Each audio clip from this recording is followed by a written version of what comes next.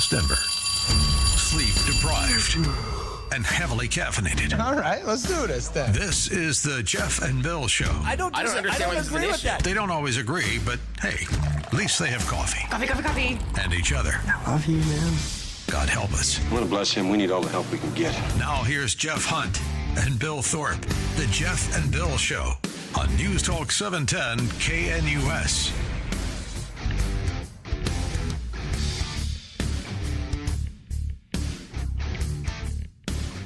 Well, it's 6 a.m. in the Mile High City on this Thursday, May 8th, 2025. Good morning, Denver, Colorado. You've tuned in to the Jeff and Bill Show, News Talk 710 KNUS. I'm your co-host, Jeff Hunt, along with Bill Thorpe, bringing you the freshest insights, hottest takes from the right, left, and center. Congratulations, you're waking up in the greatest country in history. Let's kick it off. We got a great show for you planned today as we take you into this Thursday.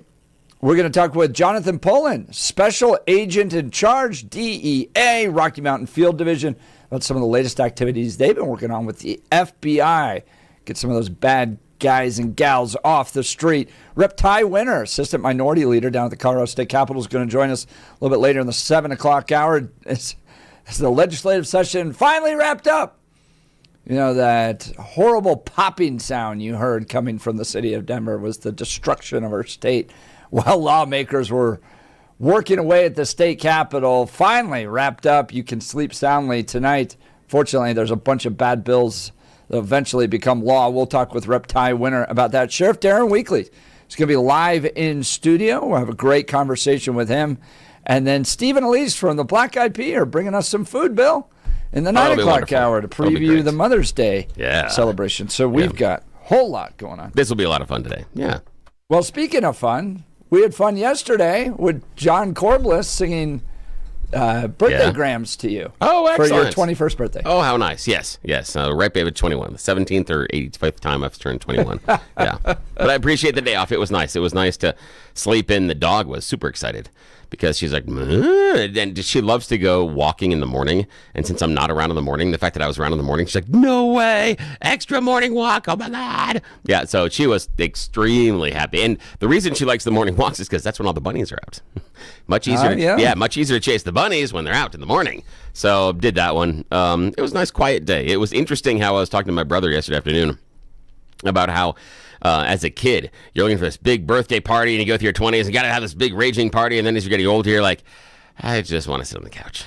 Let's just make this quiet. Yeah, it was nice and quiet. I even cooked my very own personal birthday dinner last night. So I didn't even make my wife cook or nothing. I'm like, she was working all day and I'm like, I've got the afternoon. So I made dinner and best thing was. What does Bill Thorpe eat for his birthday dinner? I just did beef tri-tip. I just went and I bought a very nice one at the store. Because normally my youngest rides with my oldest to get a ride to school. And I just said, if you want to, I'll take you in the morning. I'll give you like an extra 45 minutes. She's like, no way, really? I'm like, yeah, I'll take you. Okay. And it's just nice to ride with her in the car and just a chance to catch up because all parents know that the car is a really weird portion of time and space. Your children will talk to you and open up about things. They will tell you things they would never tell you in any other situation than if they're sitting next to you in the car. And so when I get those opportunities, I take those opportunities as often as I can. So did some time and get some, it's a good conversation with her about stuff that was going on and things that I was concerned about and just, our school going okay and some other stuff. And, hadn't seen a friend of hers recently. Is everything okay with the friend? But it was just, all those barriers just break down. So it's kind of cool. So did that one. And then on the way home, just stopped by the grocery store. And I'm like, what do I want to eat? Yeah, as I planned that, I know my wife's going to get home. I'm not going to make her go make me dinner. My lazy ass has been home all day. So I went through and they had a decent sale on the beef tri-tip. I'm like, oh, this is decent. It was about 3.5 pounds. I'm like, yeah, this will work. And this will be leftovers. So I was planning on leftovers. So did that one, mashed potatoes and stuff. The fun part was yesterday afternoon was Champions League semifinals where Paris Saint-Germain is playing the second leg against Arsenal in Paris. And it's Paris Saint-Germain is up 1-0. And the important part of this is kind of a behind the scenes. A number of years ago, Paris tried to assemble a super team where they brought in a whole bunch of expensive stars. Last season, the last one of those expensive stars left from Real Madrid. And Real Madrid last year won the Champions League title. They won the big trophy. It's like winning the Super Bowl in club soccer. So Real Madrid crashes out with their brand new striker from Paris in the quarterfinals. Paris has a chance to go to the finals, and they won. So now they're in the finals. So Paris had So they put made together, it without the superstars. Yes, and that's the thing is all the people that they assembled as B team players, all the people that were the support staff for these three superstars that were strikers are all still there. And some of them have ascended to the next level to where they're legit big stars now. And so it is wonderful to see the program flourish without the giant egos and stars. There's a little bit of Schadenfreude in this one, and then they're going to play Inter Milan, and I'm a huge Inter Milan fan, but if Paris takes it from Inter Milan, I'm not going to be upset because of the karma that is going on inside of the soccer world right now. And this is fantastic because you had, there's casts off like, Barcola out of Brazil, and there's also Ousmane Dembele that comes out of France. That he's on the teams. They've both been cast off from other teams, felt that they weren't good enough, and now they're on Paris, and now they are legit superstars. You've got Rafinha, a Brazilian winger that has finally come into his own after years and years and years of being viewed as a guy that never lived up to his own talent. So Paris has got this great story, and I think it's great because the other hardship is when Kylian Mbappe, the last star, left last year from Paris, he left on a free transfer. He had waited so long until his contract expired. Paris was not able to recoup any money, and he's one of the most valuable players on the planet. So it would be like John Elway leaving and going to the Kansas City Chiefs because the Chiefs won. Patrick Mahomes got hurt and the Chiefs won the Super Bowl last year, and so they have to replace him. So Elway leaves and goes to the Chiefs, and then the Chiefs lose in the playoffs, and the Broncos have a chance to win the Super Bowl. and that's it. And the idea is that Thank you for translating that. Exactly. And so if Elway leaves, but Elway would have to leave on a free, Yeah. so we would get nothing back. So we would get pocket lint. And then that's the nice part about this. And so there's this real karmic balance that is involved in this year's championship game that I can't wait. And I don't think Paris and Inter have ever faced each other on this level. I'd have a hard time even pulling anything in my memory to where they face each other in any sort of club, outside of maybe a friendly that's an exhibition. I don't think they've ever faced each other with anything on the line. And it's wonderful because Barcelona is an attacking monster, and Inter is a defensive monster. So this is that typical Super Bowl of the high-powered offense facing the high-powered defense. During the group stages, Inter Milan gave up 2 goals total, the entire group stage.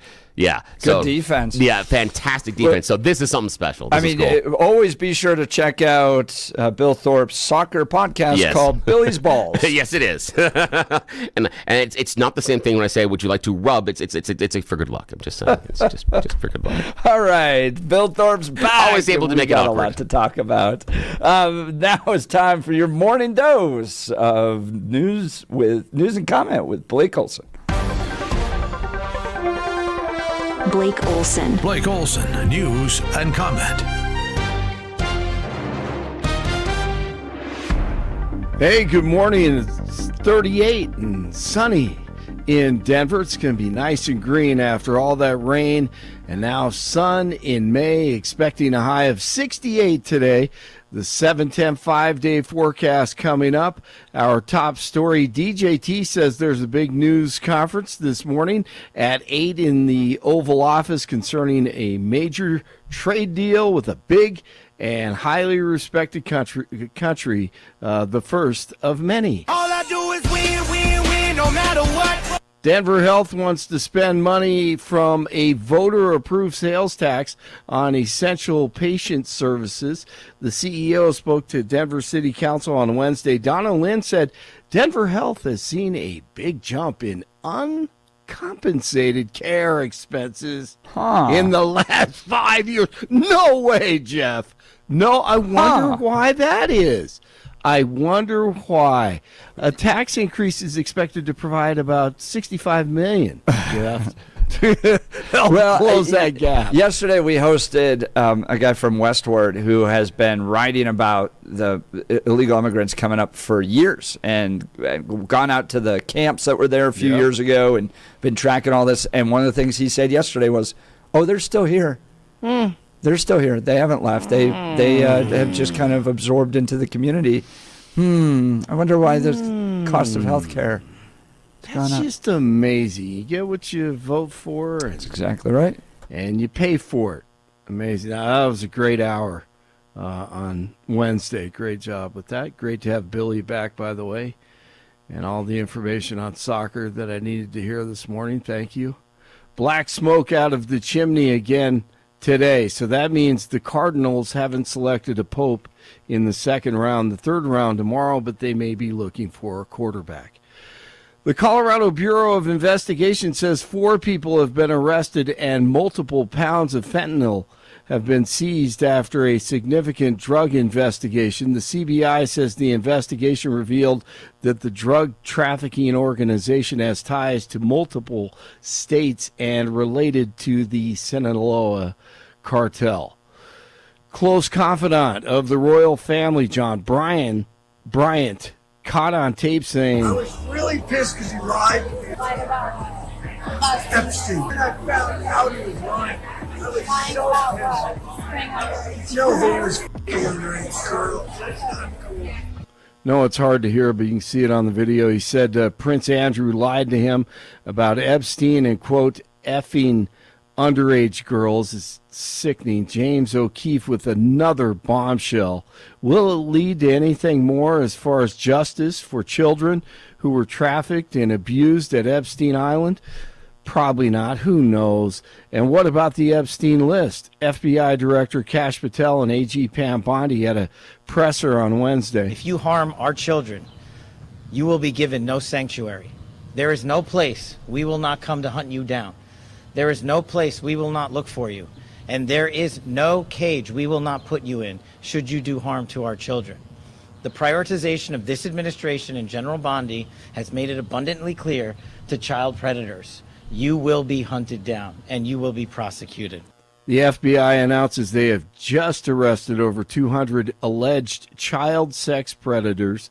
115 children have been rescued in the FBI's operation with the DOJ. The University of Washington suspending 21 Hamas supporters who hate Israel. They were arrested for taking over the engineering building at the University of Washington. A peaceful protest. Is that too much to ask? No, they have to take over a building. News brought to you by Lair Fireplace and Patio, Denver's premier source for everything fireplace, patio, and grills, locally owned and operated since 1954, online at lairfireplacepatio.com. Game 2, Nuggets at the Thunder, second round. Quite a different story from game 1. That's not working either. Jokic tried to hit Westbrook. Upstairs, slam down! Jalen Williams climbs the imaginary ladder. A boat race last night, very predictable after the Nuggets stole game 1, 149-106. It's tied at 1 game apiece. Returns to Denver for games 3 and 4 beginning tomorrow night in Lodo. 37 in Aurora, 35 in Golden, 38 in Denver. Jeff and Billy continue. You can't filibuster here. This is not the filibuster playground. Blake Olson, News Talk 710 KNUS. Although weaker, the upslope will continue, so we'll still have some chances of showers, a few thunderstorms. Temperatures today, mid to upper 50s and a lot of clouds. Watch out for some areas of fog early. Temperatures will be down to near 40 tonight with any showers or thunderstorms over by evening. Warming up to near 70 and partly sunny tomorrow. An isolated late-day thunderstorm. Lower 70s Friday, late-day thunderstorms. Weather sponsored by Colorado's Best Roofing, reminding you to protect your home from the harsh Colorado weather and schedule your free no-obligation roof inspection today at roofingcolorado.com. That's roofingcolorado.com. Meteorologist Don Day in the 710 KNUS Weather Center.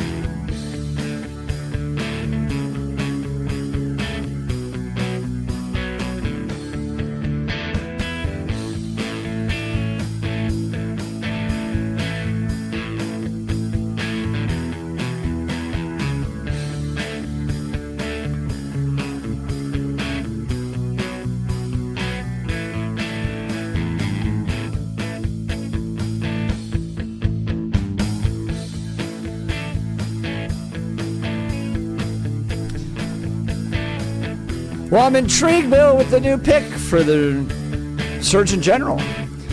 Dr. Case